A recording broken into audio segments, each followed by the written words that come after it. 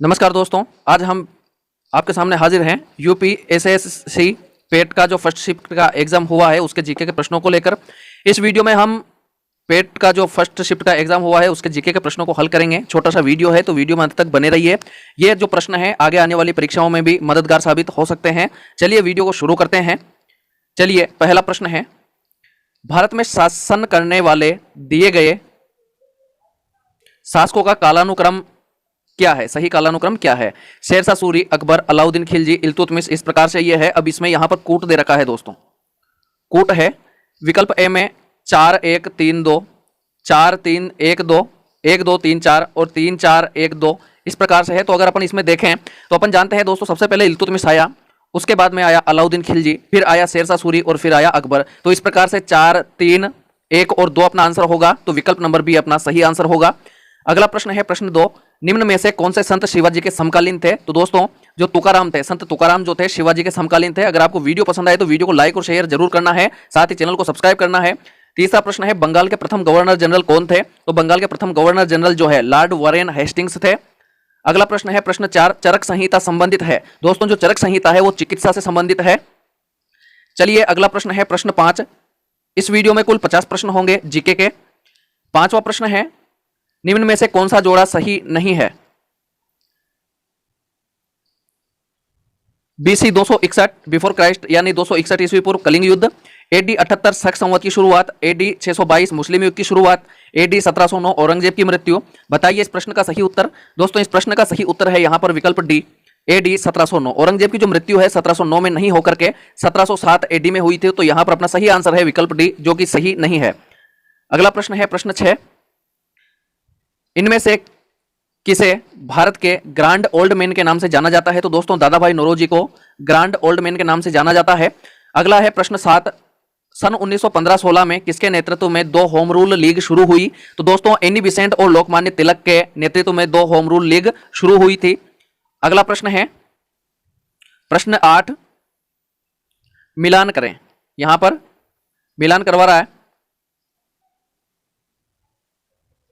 ब्रह्म समाज, स्वामी विवेकानंद। डायरेक्ट अपन आंसर देखते हैं दोस्तों। जो ब्रह्म समाज है वो राजा राम मोहन राय के द्वारा स्थापना की गई। रामकृष्ण मिशन जो है स्वामी विवेकानंद, आर्य समाज जो है दयानंद सरस्वती, और जो सत्य शोधक समाज है वो ज्योतिराव फुले के द्वारा इसकी स्थापना की गई थी। तो इस प्रकार से कोर्ट में मिला लेना। आपको सही आंसर बता दिया गया है। ब्रह्म समाज राम मोहन राय, रामकृष्ण मिशन स्वामी विवेकानंद, आर्य समाज जो है दयानंद सरस्वती, सत्य शोधक समाज जो है ज्योतिराव फुले के द्वारा स्थापित किया गया। अगला प्रश्न है यहाँ पर प्रश्न नंबर 9, करो या मरो का नारा किसने दिया? तो करो या मरो का नारा दोस्तों जो है महात्मा गांधी ने दिया। अगला प्रश्न है यहाँ पर प्रश्न नंबर 10, जब सुभाष चंद्र बोस ने भारतीय राष्ट्रीय कांग्रेस के अध्यक्ष पद से इस्तीफा दिया तो इस पद का प्रस्ताव किसे दिया गया? तो यहाँ पर सही आंसर होगा विकल्प सी, राजेंद्र प्रसाद। अगला प्रश्न है प्रश्न 11, सलाल पनबिजली परियोजना किस नदी पर स्थित है? तो दोस्तों ये जो परियोजना है चिनाब नदी पर स्थित है। अगला प्रश्न है प्रश्न 12, वसंत विषुव होता है? तो दोस्तों जो वसंत विषुव होता है, वसंत विषुव 21 मार्च को होता है।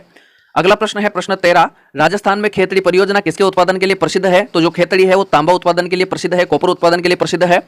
अगला प्रश्न है दोस्तों यहाँ पर प्रश्न नंबर 14, काजीरंगा राष्ट्रीय उद्यान स्थित है? तो काजीरंगा राष्ट्रीय उद्यान जो है दोस्तों असम में स्थित है और एक सींग वाले गेंडे के लिए प्रसिद्ध है। अगला प्रश्न है प्रश्न 15, निम्नलिखित में से कौन सी हिमालय नदी तंत्र की नदियां हैं? कावेरी, गंगा, ब्रह्मपुत्र, गोदावरी। यहाँ पर कूट है विकल्प ए में 1 और 2, 2 और 3, 3 और 4, 2 और 4। तो यहाँ पर देखिए दोस्तों जो गंगा है और ब्रह्मपुत्र है ये दोनों हिमालय नदी तंत्र की नदियां हैं, और जो कावेरी और गोदावरी है ये नहीं है, ये दक्षिण भारत की नदियां हैं। तो यहाँ पर 2 और 3 अपना सही आंसर होगा। अगला प्रश्न है दोस्तों प्रश्न 16, बैंक दर का अर्थ है? तो दोस्तों यहाँ पर बैंक दर का अर्थ होगा देश के केंद्रीय बैंक द्वारा ली जाने वाली आधिकारिक ब्याज दर। यहाँ पर सही आंसर विकल्प डी होगा। प्रश्न 17 देखते हैं, यदि आरबीआई नकद कोषानुपात को घटा दे तो साख सर्जन पर क्या असर पड़ेगा? तो साख सर्जन बढ़ जाएगी, विकल्प सी सही आंसर है। प्रश्न 18, इनमें से किस प्रकार की अर्थव्यवस्था में संसाधनों पर निजी अधिकार होते हैं और आर्थिक गतिविधियों का मुख्य उद्देश्य लाभ अर्जित करना होता है? तो यहां पर सही आंसर होगा विकल्प ए, पूंजीवादी। अगला प्रश्न है प्रश्न 19, 100 रुपए का नोट किसके द्वारा हस्ताक्षरित होता है? तो जो 100 रुपए का नोट होता है वो आरबीआई के गवर्नर द्वारा हस्ताक्षरित होता है। चलिए अगला प्रश्न है प्रश्न नंबर 20, फेमा का पूर्ण रूप क्या है? फेमा का पूर्ण रूप होगा दोस्तों यहां पर फॉरेन एक्सचेंज मैनेजमेंट एक्ट। सही आंसर विकल्प नंबर बी। अगला प्रश्न है प्रश्न 21, भारत के संविधान में जन स्वास्थ्य एवं स्वच्छता किसमें शामिल है? तो भारत के संविधान में जन स्वास्थ्य और स्वच्छता जो है राज्य सूची में शामिल है। अगला प्रश्न है प्रश्न 22, भारत में पंचायती राज व्यवस्था इसके अंतर्गत रखी गई है, तो दोस्तों इसे राज्य के नीति निर्देशक तत्वों के अंतर्गत रखा गया है। अगला प्रश्न है यहां पर दोस्तों प्रश्न नंबर 23, शिक्षा का अधिकार एक मौलिक अधिकार है जो कि संबंधित है, तो दोस्तों ये अनुच्छेद 21A से संबंधित है। जो शिक्षा का अधिकार है अनुच्छेद 21A से संबंधित है। अगला प्रश्न है प्रश्न 24, निम्न में से किसने संविधान सभा में उद्देश्य प्रस्ताव रखा, तो संविधान सभा में उद्देश्य प्रस्ताव जो है जवाहरलाल नेहरू ने रखा था। अगला प्रश्न है प्रश्न 25, भारतीय संविधान के किस अनुच्छेद में अल्पसंख्यकों के हित निहित है, तो दोस्तों अल्पसंख्यकों के जो हित है वो अनुच्छेद 29 में निहित है। प्रश्न 26, ठोस चालक में धारावाहक होते हैं, ठोस चालक में मुक्त इलेक्ट्रॉन जो होते हैं ये धारावाहक होते हैं। अगला प्रश्न है प्रश्न 27, प्रकाश वर्ष किसके मापन की इकाई है, हम सब जानते हैं दूरी के मापन की, तो विकल्प देखिए, एक वर्ष में मापी गई रॉकेट की गति की, एक वर्ष में निर्वात में ध्वनि द्वारा चली गई दूरी की, एक वर्ष में निर्वात में प्रकाश द्वारा चली गई दूरी और हवाई जहाज की गति की। तो दोस्तों यहां पर सही आंसर है विकल्प सी, एक वर्ष में निर्वात में प्रकाश द्वारा चली गई दूरी की मापन की इकाई है प्रकाश वर्ष। अगला प्रश्न है प्रश्न 28, ब्लीचिंग पाउडर का रासायनिक नाम ये भी है, तो ब्लीचिंग पाउडर जो है इसका रासायनिक नाम है दोस्तों कैल्शियम ऑक्सीक्लोराइड CaOCl2, यहां पर विकल्प भी सही आंसर है। चलिए 29वां, 18 कैरेट सोने में खरे सोने का प्रतिशत है, तो दोस्तों अपन जानते हैं कि जो 100% सोना होता है वो 24 कैरेट का होता है, यहां पर 18 कैरेट की पूछ रहा है, तो 18/24 गुना 100 करेंगे, तो यहां पर देखिए 6 18 6 चौक 24, 4 से 25 बार कटेगा और इस प्रकार से यहां पर आंसर आएगा 75%, तो सही आंसर विकल्प नंबर बी। अगला प्रश्न है प्रश्न नंबर 30, संतरे में बहुतायत में होता है, तो संतरे में बहुतायत में विटामिन सी होता है। अभी 30 प्रश्न हुए हैं, 20 प्रश्न और है, तो वीडियो में अंत तक बने रहिए। चलिए अगला प्रश्न है 30 के बाद 51वां, बीच में कुछ दूसरे प्रश्न थे अपन को जीके के देखने हैं। 51वां प्रश्न है, किस शहर में लाइट हाउस परियोजना का क्रियान्वयन नहीं हुआ है, तो दोस्तों लाइट हाउस परियोजना का जो क्रियान्वयन है वो पटना में नहीं हुआ है, पटना में इसका क्रियान्वयन नहीं हुआ है। अगला प्रश्न है प्रश्न 52, कौन सी भारतीय दूरसंचार कंपनी विश्व की 5वीं सबसे मजबूत ब्रांड है, तो विश्व की 5वीं सबसे मजबूत ब्रांड है विकल्प ए रिलायंस जियो। अगला प्रश्न है प्रश्न 53, bold bamboo oasis on lands in drought परियोजना हाल ही में भारत के किस राज्य में शुरू की गई है, तो ये राजस्थान राज्य में शुरू की गई है। अगला प्रश्न है प्रश्न 54, संयुक्त राष्ट्र की कोवैक्स योजना के अंतर्गत कोविड-19 की मुफ्त वैक्सीन पाने वाला पहला देश कौन सा है, घाना, नाइजीरिया, अफ्रीका, सूडान। बताइए इस प्रश्न का सही उत्तर। दोस्तों इस प्रश्न का सही उत्तर है विकल्प ए घाना। अगला प्रश्न है यहां पर प्रश्न नंबर 55, अंतरिक्ष में जाने वाली भारतीय मूल की दूसरी अमेरिकी महिला अंतरिक्ष यात्री कौन है, तो यह है शिरीषा बांदला है सही आंसर। इससे पहले कल्पना चावला गई थी ये दूसरे नंबर पर, तो यहां पर सही आंसर होगा विकल्प नंबर ए।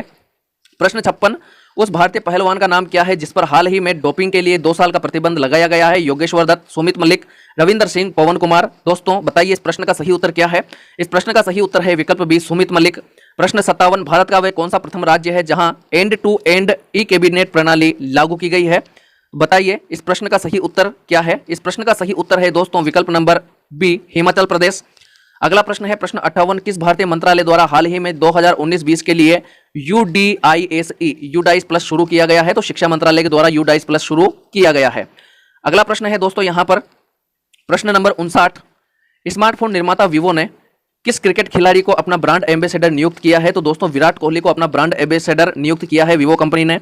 अगला प्रश्न है प्रश्न 60, आर्टिफिशियल इंटेलिजेंस आधारित पोर्टल सुपेस भारत में किस न्यायालय के लिए शुरू किया गया है, तो जो सुपेस है ये सर्वोच्च न्यायालय के लिए शुरू किया गया है। 61वां प्रश्न है, कितने भारतीय राज्य नेपाल से सीमा साझा करते हैं, तो 5 भारतीय राज्य नेपाल से सीमा साझा करते हैं। प्रश्न 62, निम्न में से कोस्टा रिका की राजधानी कौन सी है, बीजिंग, सांत जोस, दिल्ली, ढाका। यहां पर अपन विकल्प के हिसाब से आंसर कर सकते हैं, बीजिंग चीन की है, दिल्ली भारत की है, ढाका बांग्लादेश की है, तो सही आंसर विकल्प नंबर बी सांत जोस। अगला प्रश्न है प्रश्न 63, केंद्र शासित प्रदेश लक्षद्वीप की आधिकारिक भाषा निम्न में से क्या है, तो केंद्र शासित प्रदेश की जो आधिकारिक भाषा है वो मलयालम है। चलिए 64वां प्रश्न है, भारत के संविधान के अनुसार लोकसभा सदस्यों की अधिकतम संख्या क्या है, तो अधिकतम जो लोकसभा सदस्यों की संख्या है वो 552 है दोस्तों, विकल्प डी। प्रश्न 65, हिंदी दिवस कब मनाया जाता है, तो हिंदी दिवस जो है 14 सितंबर को मनाया जाता है, विकल्प नंबर ए यहां सही होगा। प्रश्न 66, इनमें से कौन सा देश सार्क का सदस्य नहीं है, तो जो म्यांमार है वो सार्क का सदस्य नहीं है। अगला प्रश्न है दोस्तों प्रश्न नंबर 67, निम्न में से किस स्थान पर अजंता एलोरा की गुफाएं स्थित है, तो दोस्तों औरंगाबाद महाराष्ट्र में अजंता एलोरा की गुफाएं स्थित है। प्रश्न 68, ओणम किस भारतीय राज्य केंद्र शासित प्रदेश का सांस्कृतिक उत्सव है, तो ये केरल का जो है सांस्कृतिक उत्सव है, वहां का ओणम एक त्योहार है। अगला प्रश्न है प्रश्न 69, निम्न में से कौन सा ग्रह सूर्य के सबसे नजदीक है, तो जो बुध है वो बुध ग्रह सूर्य के सबसे नजदीक स्थित है। प्रश्न 70, नोबेल पुरस्कार जीतने वाले प्रथम एशियाई कौन थे, तो दोस्तों यहाँ पर सही आंसर है विकल्प सी रविंद्रनाथ टैगोर। अगर आपको वीडियो पसंद आए तो लाइक शेयर करें, साथ ही चैनल को सब्सक्राइब करें।